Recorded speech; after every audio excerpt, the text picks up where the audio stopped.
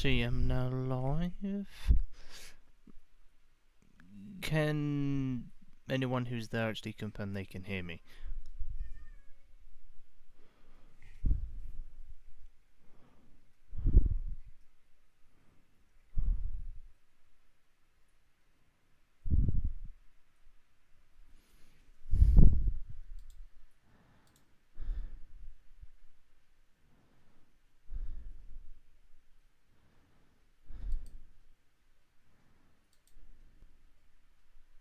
Good. Well, hey, right. Let's get on with it then. Don't need that. Right. So,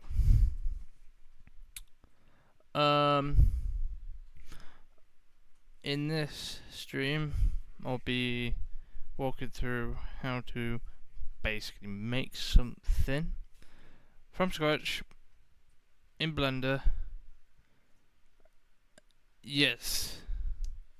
Crunchy Productions. He speaks therefore he lives in it. Yes, I do live.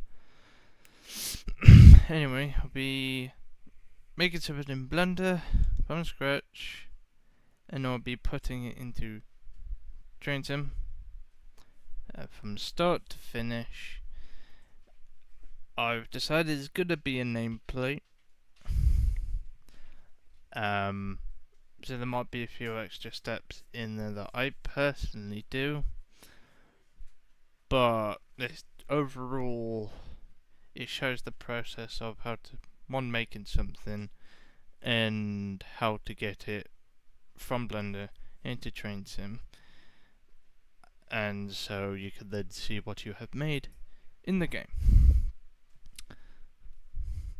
Yes, but first off, before going to actually making it, the things that we will need, or you will need, is, of course, Blender. I use Blender 4.0. The link for the Blender website is in the description. It will look like this when you first come across it.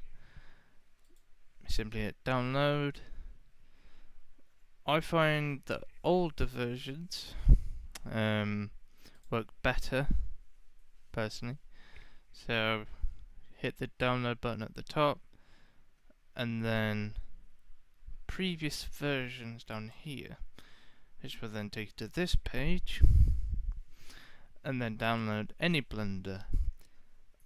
And on this page here, it has all the links to every single version of Blender that has been around.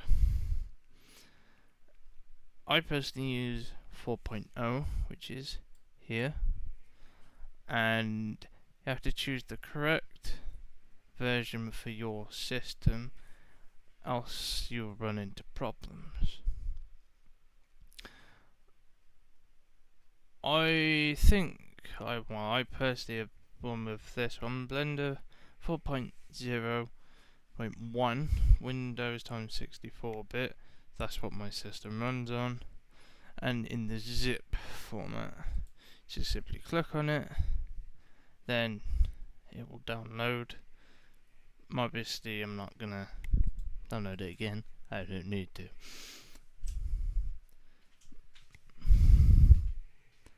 So once you've got that, and then if you load it up for the first time, it'll come up with this. Then after that, we then need to find Brioche, which is made by DevMaz, also in the link in the description. And then all it is this page.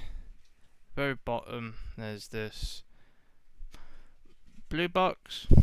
That is the download button, or at least one of them, for one of the versions of the plugin that we will need.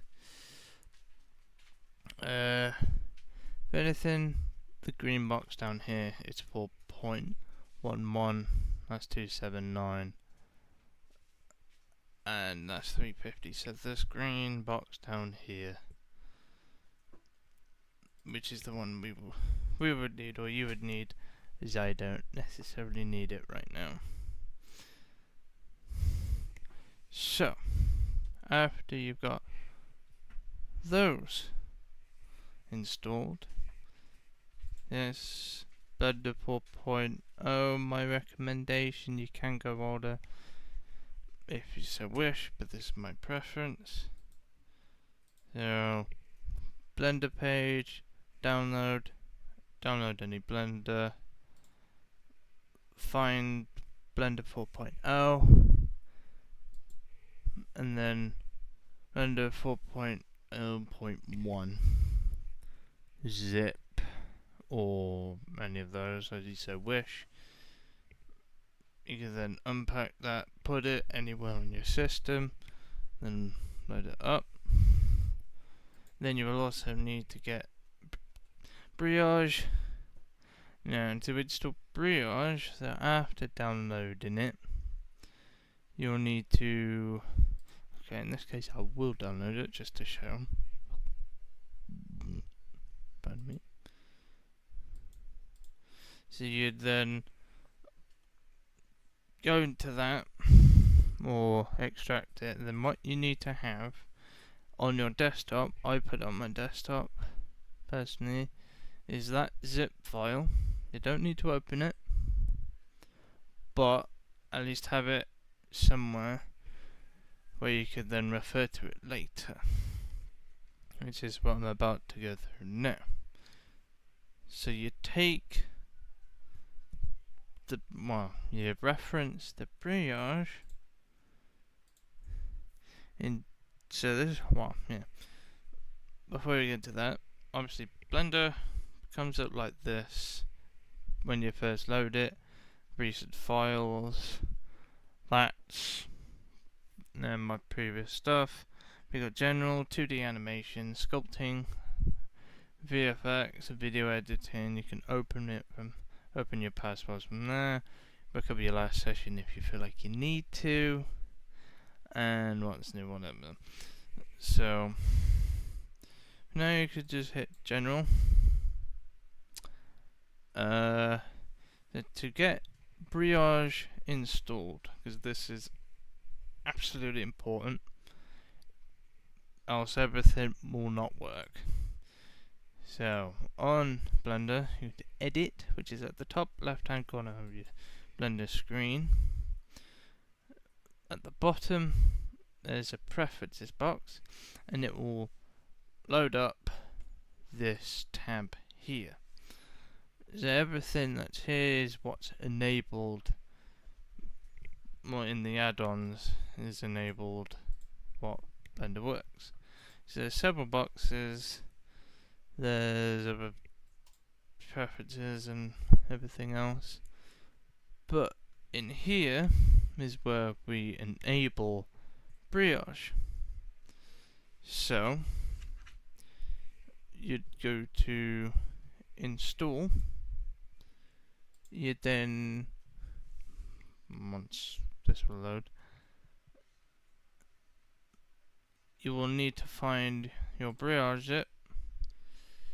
You click it, install the add-ons, and then it should install into Blender. But make sure you obviously have Brioche on your desktop before you open Blender, else that bit won't work. Once you have done that, what you could then do in the search bar, or by scrolling, you could type in Brioche, and it will come up with this box here. As you can see, mine's already ticked.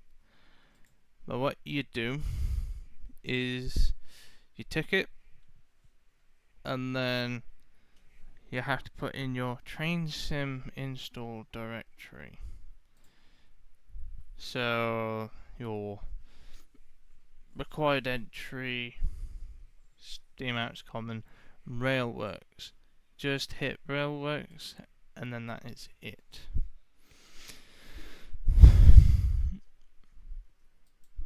what I did when I first did it, I closed Blender, and then open it back up again.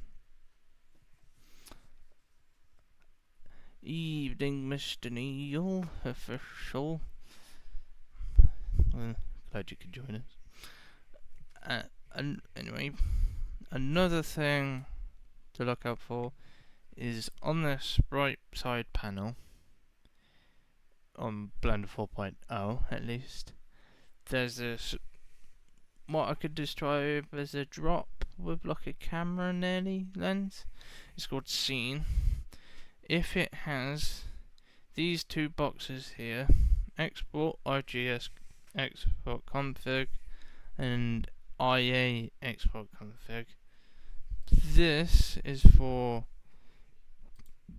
the model itself, which we'll be using later, and this one's for animations, which we will not be doing at this point in time. So that's the Blender Embryage section.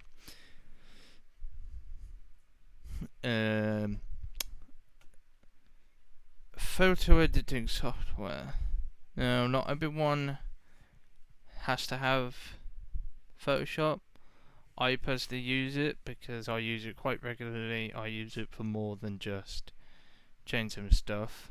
I use it for all kinds of other things. I mean, mostly changing stuff anyway. But you can have Gimp, which is essentially a free version of Photoshop. I have used it.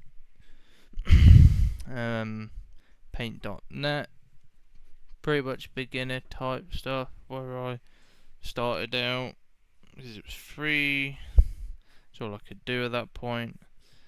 And there's probably other versions out there available, as long as they can open PNGs, and then you could save them and then do other editing stuff, which I will show you anyway. That should be fine. That's that. The other part that you'd need to do is, if obviously you haven't found any other tutorial out there, you go to your Railworks, and then obviously this is where you've got your basically everything that is related to changing. That's where it all lives. Obviously you notice your assets, that's where everything you get, like Steam, AP, PLD, CW, everything in there. Because they would have had to pretty much do the exact same thing. And then you've got your content, that's your roots and so on. And then all your important stuff. So now what you need to create is a folder called source.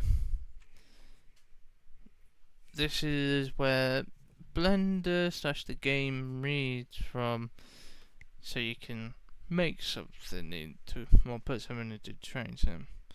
You can have source, and then inside of that you have your folder. So what you want to go and find, or what you want to be known as if you're going to release something, but may need to find something in train sim after you make it. Obviously this is my Signal Box Development one, but for this purpose I'm going to make a whole new one. Let's call it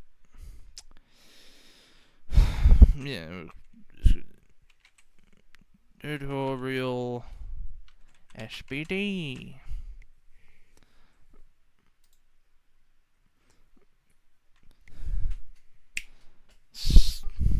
Okay. And then after you have made your developer folder, as it's called officially, you could go into it and obviously it'll be empty. So you can make a new one. So in this case, I'm going to be making a nameplate. So I'm going to call this other nameplates. And you can go inside again, make another folder. So this would be tutorial nameplate.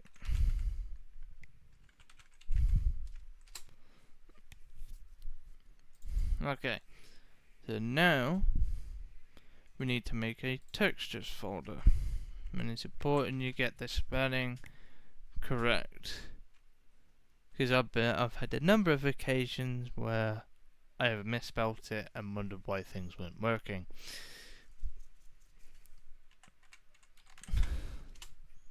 Now once you have made this folder, so this is where all your textures that you make will go into. So, and then typically I would, well, after that I would, once I've set up my folder there, I can then start the process of basically making what I would want to make, which I'm going to do now. So back at Blender, I'm going to delete those because I don't need them. So this is going to become just a plain simple nameplate. Either you can attempt it if you really want to, or just use the similar kind of methods to make something you want. Oops. Might be a little bit quiet as I'm doing this. There's concentration. So obviously if you want to be specific to the real world, you can look up dimensions, measurements. That is all in here pretty much. Everything in Blender is in meters, for me anyway, but it works. And something that is 4 meters or 2 meters in here, for example, is 2 meters in train sim in the real world as well. So you could make something to the exact dimensions and it will look right. So, but in this case, I'm not worrying about that. I'm just eyeballing it for fun at this point. So location. So that is obviously where it is, left and right, then up and down. So that's what that is. So then I'm gonna edit mode, which either you could go to using your mouse, object, where it says object mode, edit mode, or like how I'm used to is using tab on your keyboard. It would take you from object mode to edit mode. Now what I'm going to be doing is just back in object mode, I go to object, I all transform, so the scale is reset, the location set, everything is makes it easier when it comes to UV unwrapping, which we'll get to later on. So I'm now going to wireframe mode, which is pretty much see-through. You get to see the outlines of the model that's in there, the geometry. So there's solid, which is just this grey view, nothing special. Material view, it'll appear white, but when you put your textures on there, that's what this will do. So once we put something on here, it will appear in Material Preview. But right now I want wireframe. I'm going to do this. Just to select the edges, and then once I've done that, go back to do solid. And then I snap back up to the X or Y axis.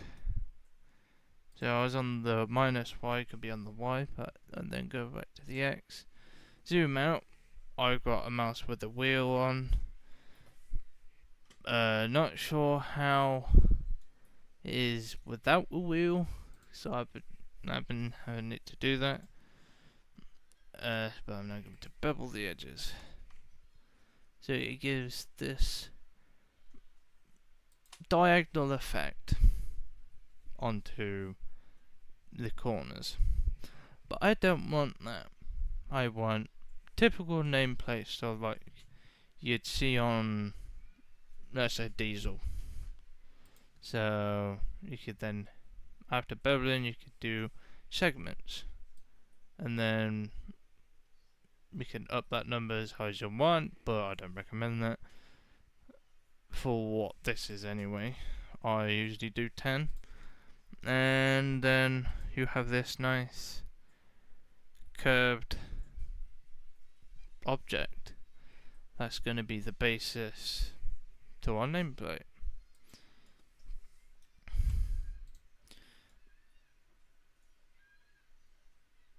Straightforward. If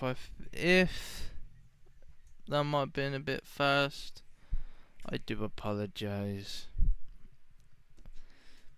but hopefully there could be a way for it to be understood.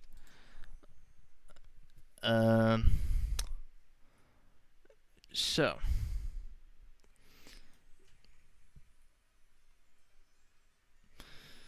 after getting the required shape, what I usually do after that, just so, let's say I've had enough for today, you can then save your project, find your relics folder, and then your source one. I have it pinned, so I can go straight to it, and find your current project, and then don't go into the textures folder, but save it in your project folder, and obviously give it a name that you'll know. So tutorial nameplate,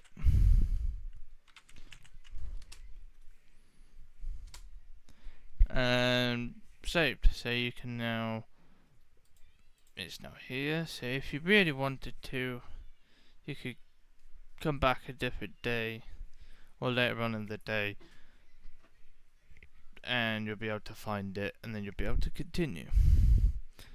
However, obviously it's saved, but if you back out of the session, obviously you can't go back. If you want to undo something, you'll have to either start again or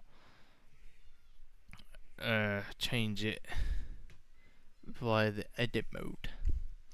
So now what I'm going to add is the text that I want. Now, here's what the text is, and there's the plate. I have to rotate it and scale it down. So I'll be using R, then Control. We can rotate it using the lines as a guide. That's now upright, and then using the axes as well, you could then same thing, just to get it to line up along the y-axis. So now I have this. It is rotated, and is now somewhat ready for me to use. However, I don't need it like that. So, in the panel over here, there is a green A, the green letter A. It's called data, but this is what the text information lives. So, shape, texture space, geometry, font, paragraph spacing, text boxes, custom properties. The only ones I use are geometry, font, and the paragraph box and the spacing one. So I need it to be in the middle along the blue line. So I'm going to hit center. It's now in the middle. But I want it even more in the middle along the green line as well. I'm going to hit middle on the text. So now it's like this. Let me just repeat that. So to get your rotated text on the paragraph section of the data.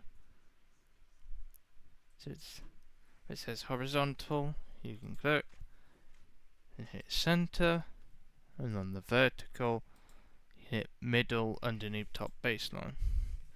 So now it's like that. So what you need to do, so have an idea, is you could shrink the text, scale it, more make it bigger, but in this case we need it smaller. So about that will do. But now we've got the problem of it's now inside. We need to see what we're doing, so we can then pull it out, so we can now see it.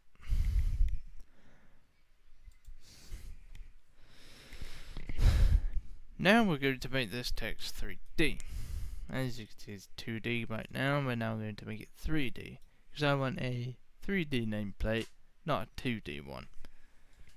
So we are going to go to where it says geometry and extrude. Currently it's at 0 meters, but now I want it a little bit thick, so could do once, and as you can see it's now 3D, but sometimes I do it twice.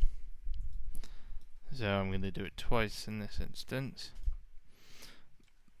and as you can see now it's now 3D. However, I don't want it to say text, so like the cube, turn it into the plate, I can now change the text once again in edit mode.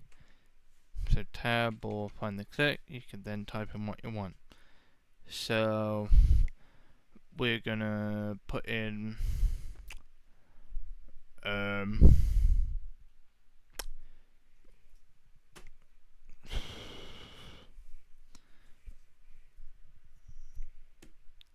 somebody suggest a name, because I'm clueless on the old name front right now.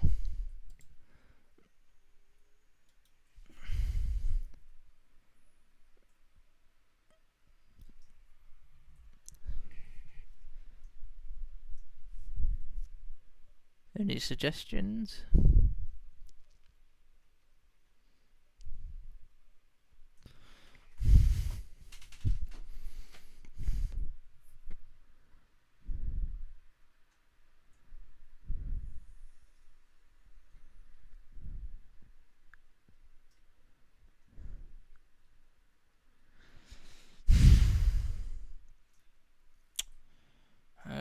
Boxford is black and nameplate. How creative. And yes, I know there's a class 37 on the pane of Dartmouth named nameplate.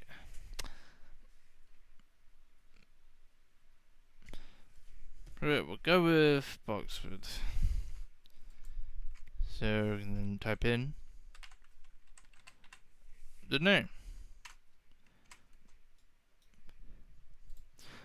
And now we actually see it's still a bit too big.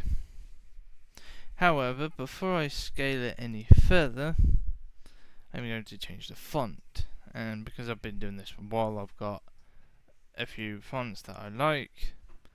But the one I'm going to use, in this case, of it being a nameplate, is, in my fonts thing, is the British Rail font. So if anything, I now need to write like that. So this is your typical, your diesel, your BR, let's say late 60s, 70s and onwards font. You see that on nameplates, signage, advertisements, all that. Now we're going to slightly line it up, I guess, this way. Now, because this is far away, what I also want to do is not make it just a solid wall. I'm going to now do this, so it makes it look like it's cast. I'm going to go to edit mode,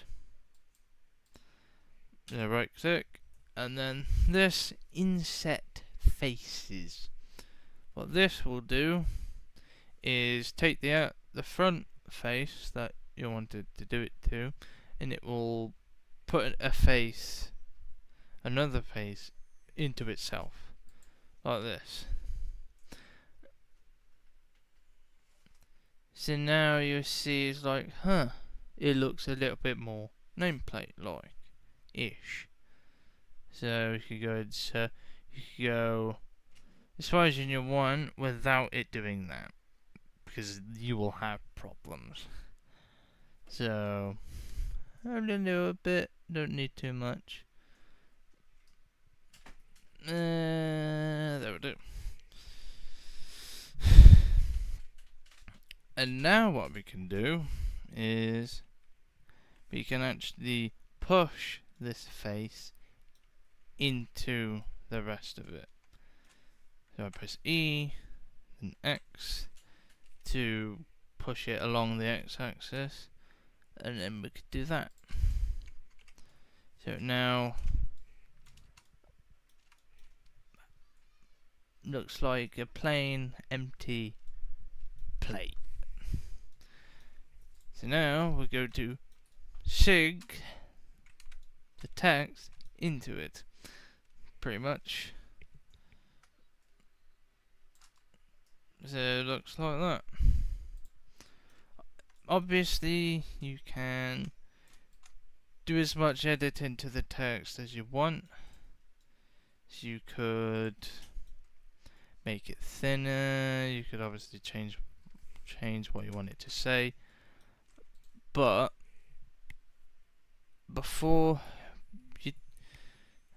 once you're done changing what you want it to say, thickness, you have to make it an editable mesh. It's an object that isn't a text font. So now I'm done changing the name, I convert it to mesh. So it's no longer a text thing, it is now an object. And you will see all of these faces build up these letters.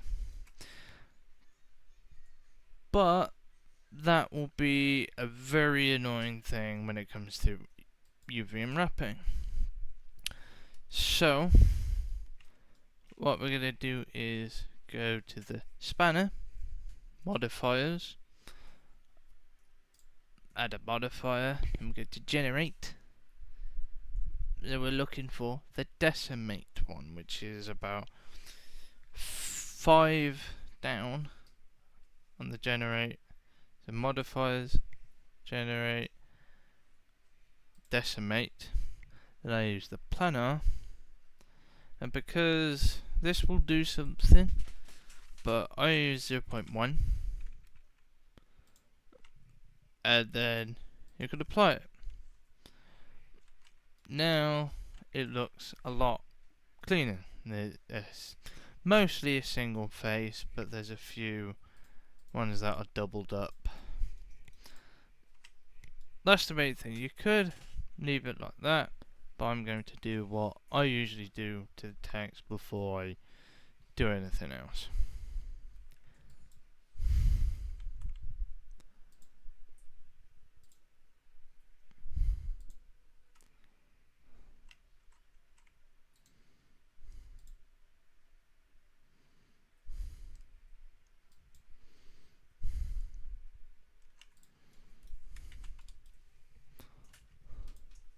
So now what I'm doing, after I've cleaned it up a little bit, I'm removing the back faces, because nameplates mostly nowadays, I mean on AP products, they're 2D to enable quite a lot of nameplates without breaking your system, essentially. In this case, I want it 3D, but I need to keep an eye on the poly count. The poly count being the amount of faces or vertices, whatever. They contribute to basically what it performs like in game. So in this case, I'm going to delete them, because we're not going to be seeing them from the back, are we? No. But some lines like to be a nuisance, so we're going to be fixing that up. It's the same thing on the front. Just need to delete the front two faces on this specific letter, the letter F, because sometimes these things happen, but I don't want a split face at the front, because that will cause problems later on, or it will just look funny and weird. It also does that on the letter T, as far as I know. Anything else, not quite sure, but I do that. And sometimes I do rein in the thickness just a little bit more, but that's it. That's all I'm doing to that for now. Now I'm going to line it, sink it back into the plate. This is where I want it. I'm still going to slightly shrink the, scale down the plate a little bit along the x-axis. It's not as thick. And then just make sure we're still all good there. Okay. But because that looks a bit weird, I'm going to go into wireframe, and I'm actually going to bring these in a little bit so they're closer to the letters. Using the guidelines as my guide, obviously.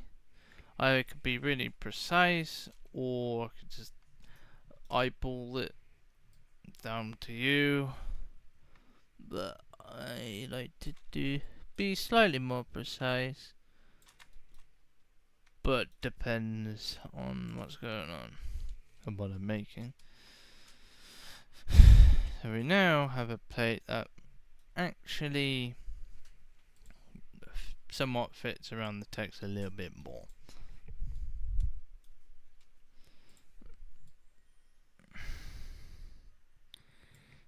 Okay, so now we're at this stage. So we've got our plate, we've got newly meshed text. That is going to be what nameplate says.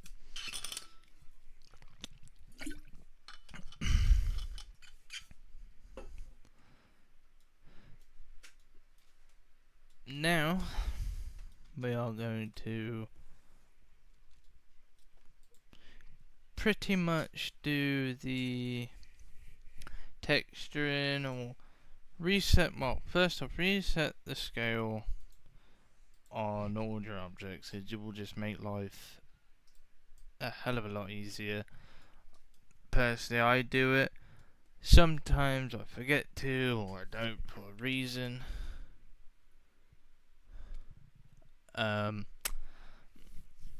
Yeah.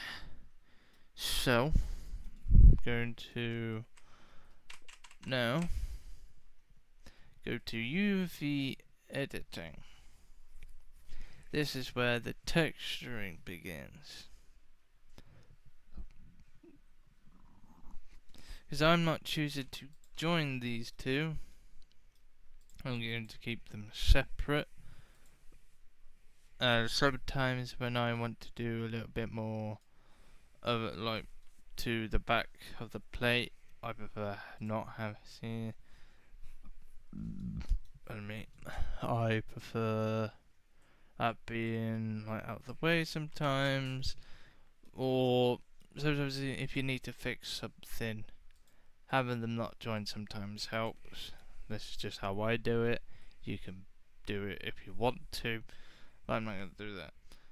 So UV editing, it will bring you in this typically 2 halves screen. So this is your where you can see the model,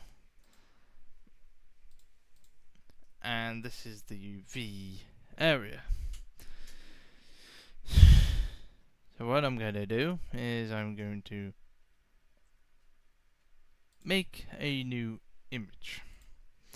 So this is going to be obviously called, I'm going to just call this nameplate. Obviously I would be more specific when I'm actually making something for real. So texture size, I'm going to keep it as 1024 pixels. There are higher ones, there are smaller ones. I typically use the 2048, which is basically 2K. I barely use 4K, and I don't go underneath 1K. Sometimes I don't need to, depending on what it is really. So now I'm going to click OK, and now I've got this. After doing that, we've got this black square. This is the texture.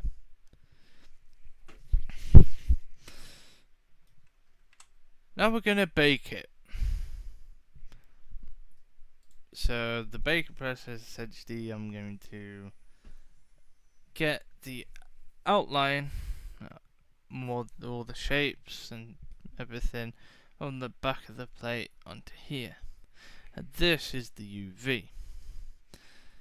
Now you could do that, you could keep it like that, but it won't look very good. So we're going to change that up. Now, as a starting point, you could right click, UV unwrap faces. This is where you could have basically presets, I'd call them, of different unwrap types. So I use a good amount of times the Smart UV project, and making sure none of the actual islands are joining. I hit it once, just like that, and then hit OK. So it's now changed it like this. Looks more workable with. So this one's clearly, so when you click on the model you can see which face is which on the UV. So obviously that's your main face bit, that's the back, then everything else is of course there. But I'm gonna do what I've been doing recently, and it's pretty much having a different orientation to things, probably slightly making it smaller as well, just so I can do other things if I really want to. And I'm going to move the main face out the way of everything else for now. And I'm going to move these over there. But now this face is out of the way, so whatever color I decide to use on here is different to everything else here. So now I'm going to go to the material tab at the bottom of the panel on the right. Now this is where all your basically texture stuff will be happening. I have a basic understanding for what I do.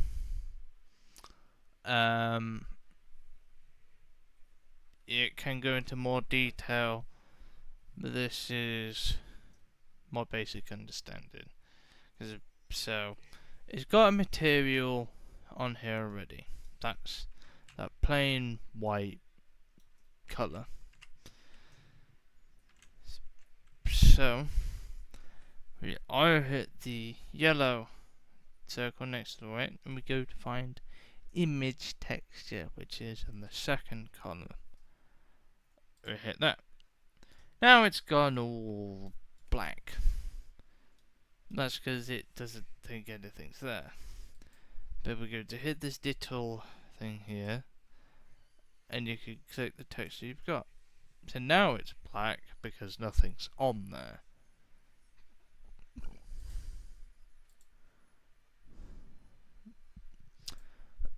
So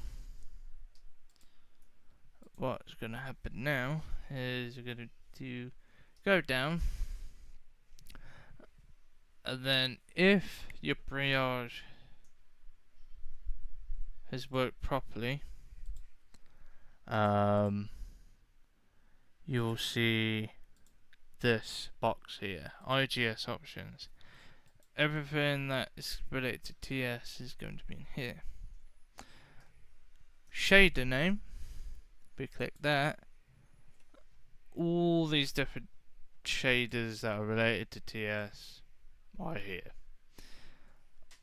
I've probably used about 4 at most.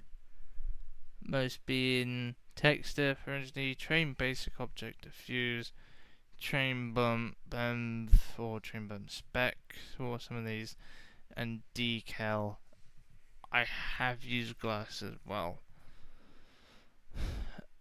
and also train light map with diffuse. So this one is if it's like this, it's going to be nameplates, we'd use that. All these do different things, but we're going to go with train basic object diffuse for now. And then down here is where the UV type is. It also lives in here, UV maps. There's one here, you can have many different ones for different things. So we're going to hit UV map there. Obviously we don't have anything here at the minute. We'd have to save the image first. So now I'm going to go to render. Now render engine, I use cycles because that's what it works with. I remove these blue boxes, go to performance, I change that to 10 because it just seems to work. I don't change anything else. And now you could leave it like that, but because I want ambient occlusion, so just plain white to begin with. Size could be anything, but I use 2, sometimes I use 4, sometimes, yeah, I use that. And now we're ready to bake. But first, one thing we need to check is our faces, whether they're the right way or not. So at the top, in the overlays little box, there's a little arrow, and at the bottom there's face orientation. And as you can see, it's red. This means it is the wrong way round, and if we were to bake it, nothing will happen because you can't see it. So we need to flip them. We have to mesh, normals, flip, and now it's blue, which means it's the correct way. So now I've done that, I'm going to remove face orientation. Now I'm ready to bake. I'm now going to bake it. So now you can see at the bottom, it's start to bake. You could wait for the entire thing to finish, which I would recommend. But because of time, I'm going to be mixing that off because it does do it. And as you can see, it is now baked. It is on here. This is now the texture. However, I don't want it that way, I want it the other way around, so I'm going to go UV at the top, I'm going to go mirror, then nope, wrong one. The x-axis, so it's now the other way around, and I'm going to just quickly do it again.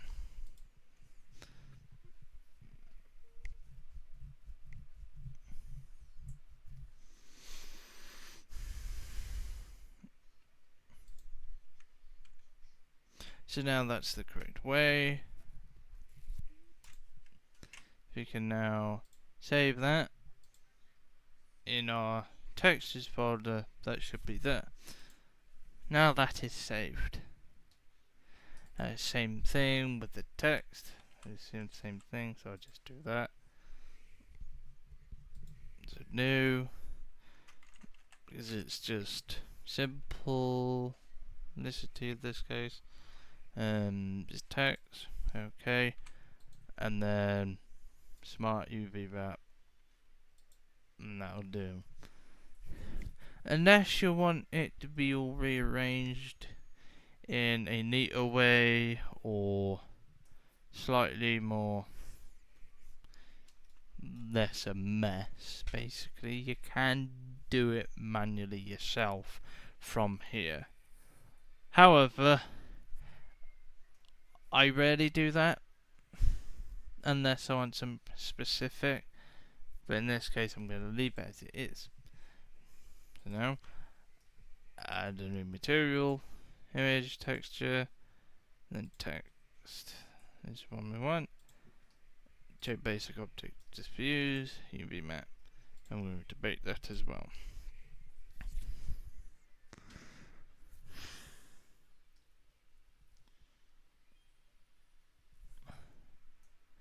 So after this is done, I will save it.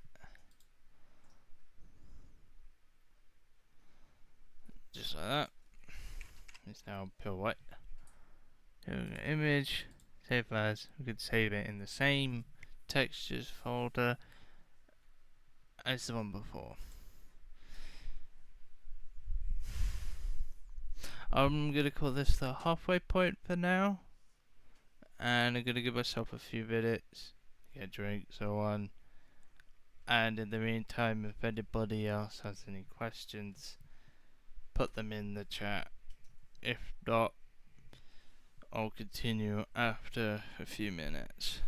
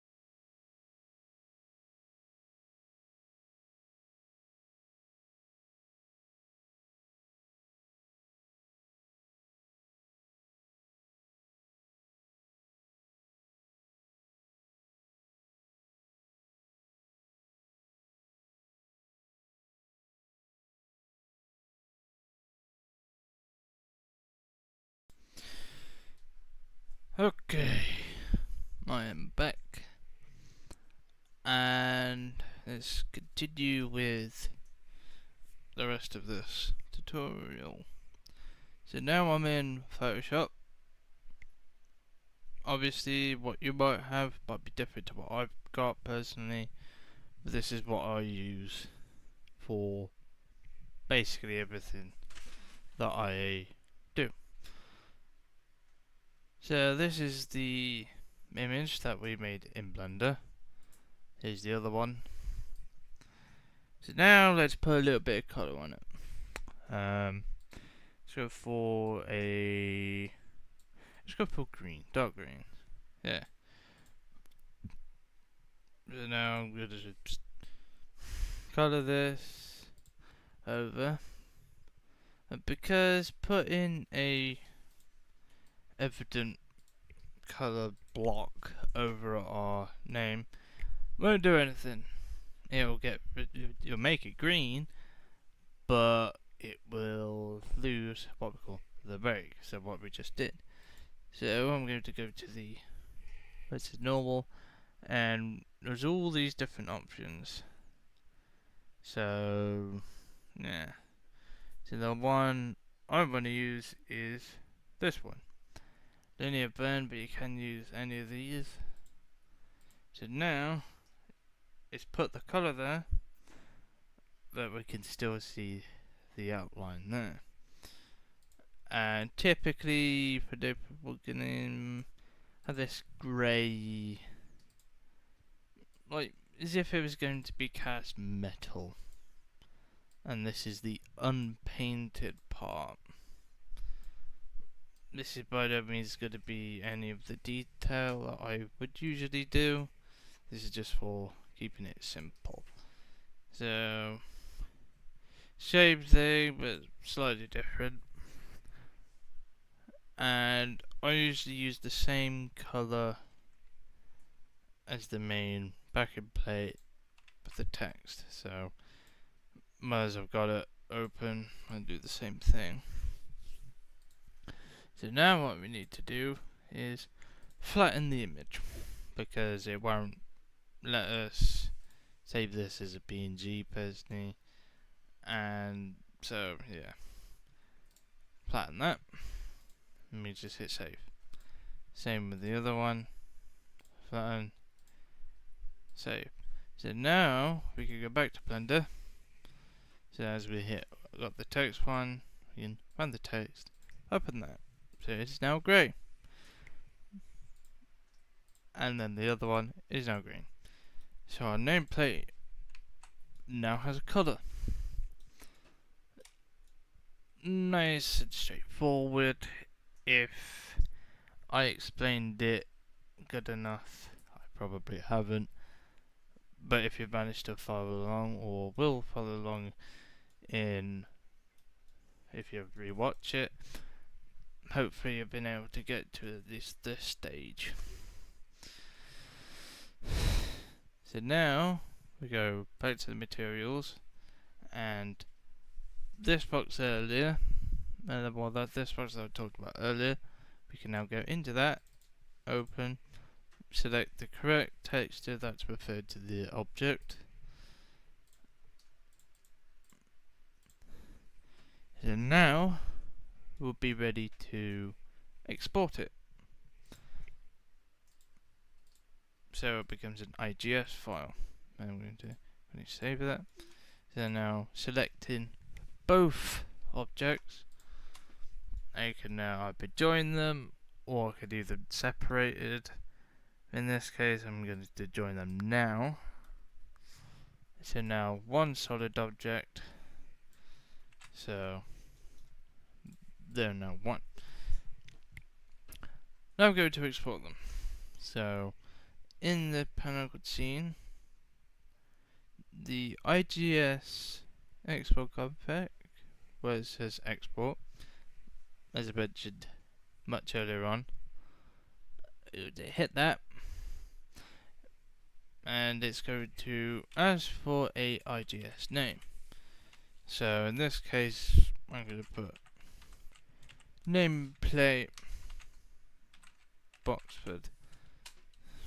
Hit export, and if it's done that, IGS file successfully created, it's worked. We've had no problems. It has exported out of Blender, now ready to pull the tracer side of the process. So now we're going to be looking for a program called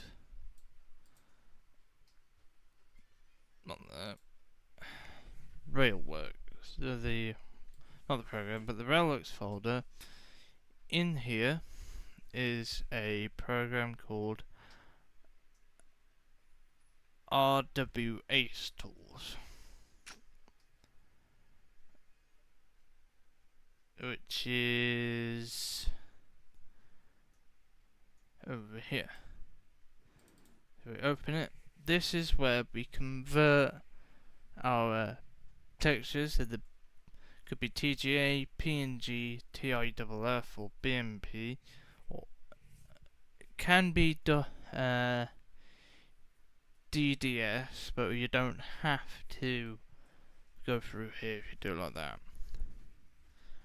So now we are going to, we could do it just by one, but we're going to go multiple image, and do go add, and then we're going to go find our textures folder from our new model. We can select them all, hit open, click next, hit start. Now they're all converted. That way. Now that's done, we're now going to be looking for the blueprint editor too. So underneath all the folders, view down, you see this one with a gear logo, blueprint editor. This you want to open, it will look like this. And as you can see, we've got our source folder. This is where it sees it. Inside here, we've got our my folders. So you're going to do tutorial one, or the one you've made.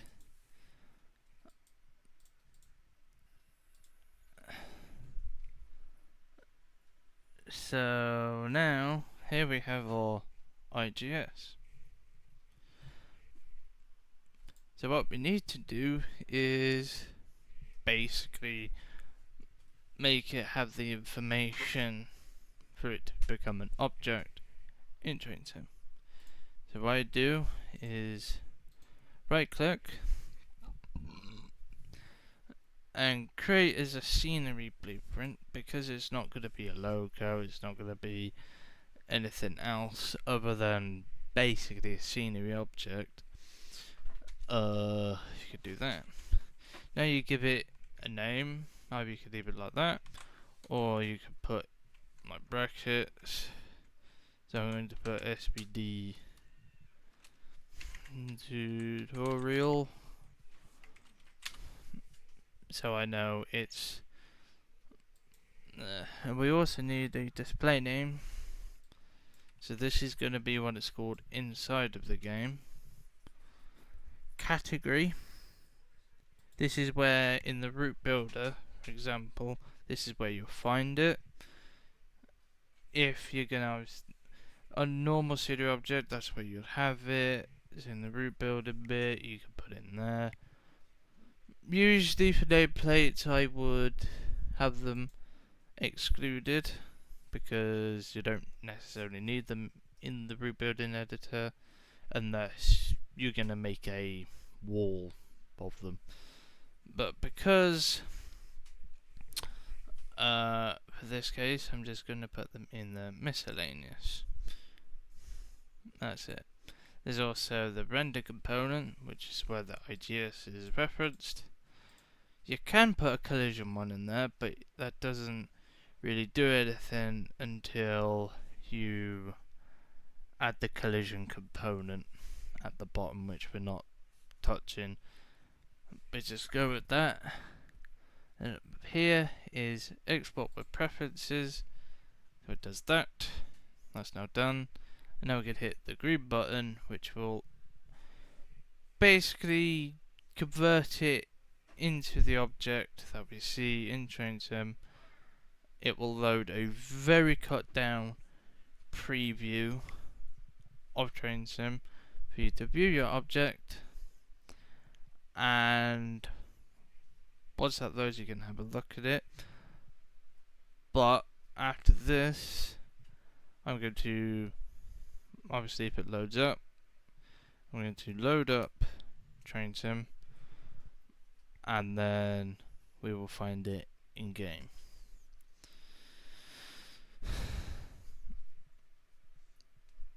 I'll come back once this is loaded.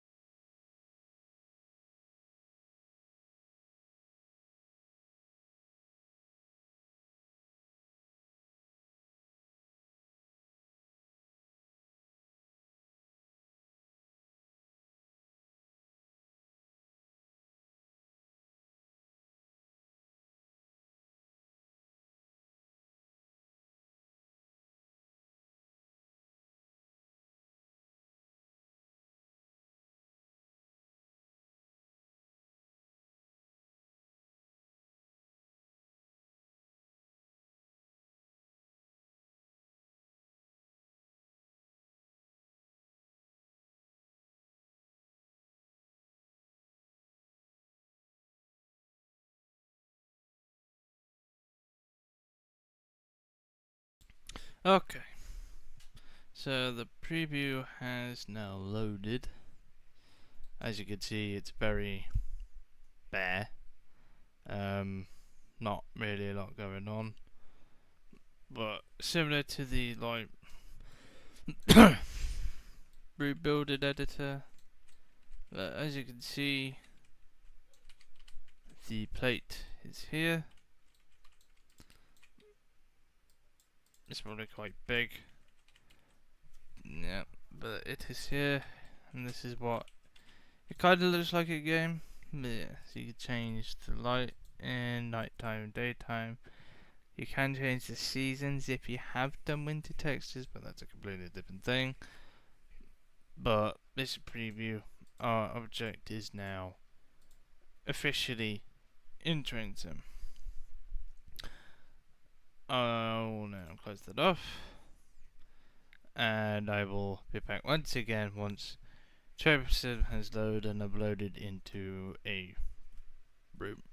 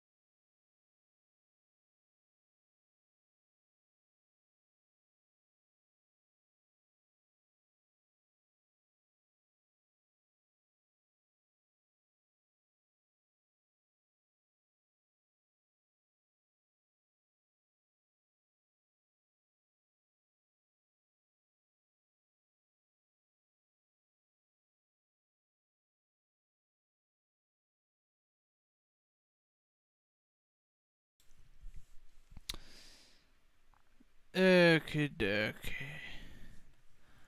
I now know. Currently, no one's actually here right now.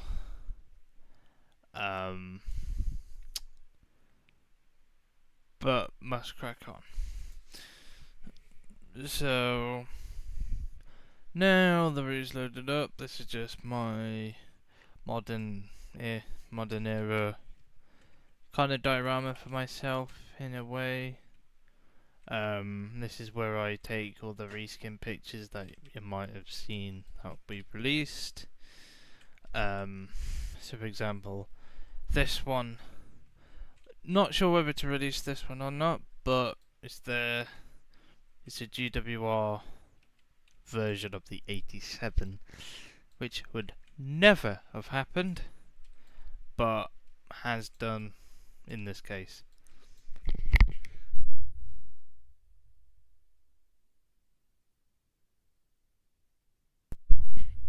Excuse me, I've just sneezed. Right. Now let's find our object. So in your root editor, so now we get to the blue box. So if you know you're trying to stuff, now you want to look for your new folder that you've made. So in this case, this one will be called tutorial SBD. So here it is here. And now you just take that. Now you go find set object. So I'm looking in the miscellaneous, and here it is, SBD tutorial nameplate Oxford. Now it's actually not that big as I thought. So we use the 87 as reference. Okay, he's a bit on the big side, but it's not overly big. So yeah, it's not too bad. But that is the overall concept. The object is now in train sim. If you know what you're doing, if it's a nameplate, you could child object it onto a loco, or if it's a building, you could place it in your route. Or anything else, you could just do with what you want with it. But that is how to get something from Blender into train sim from start to finish. I know it might be a long-winded one. It's been an hour and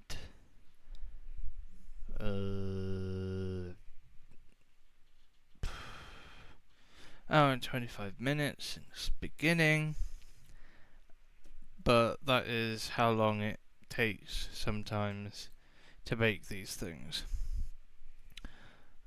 If there is interest, I will do something else, but other than that, that is it for this stream and tutorial.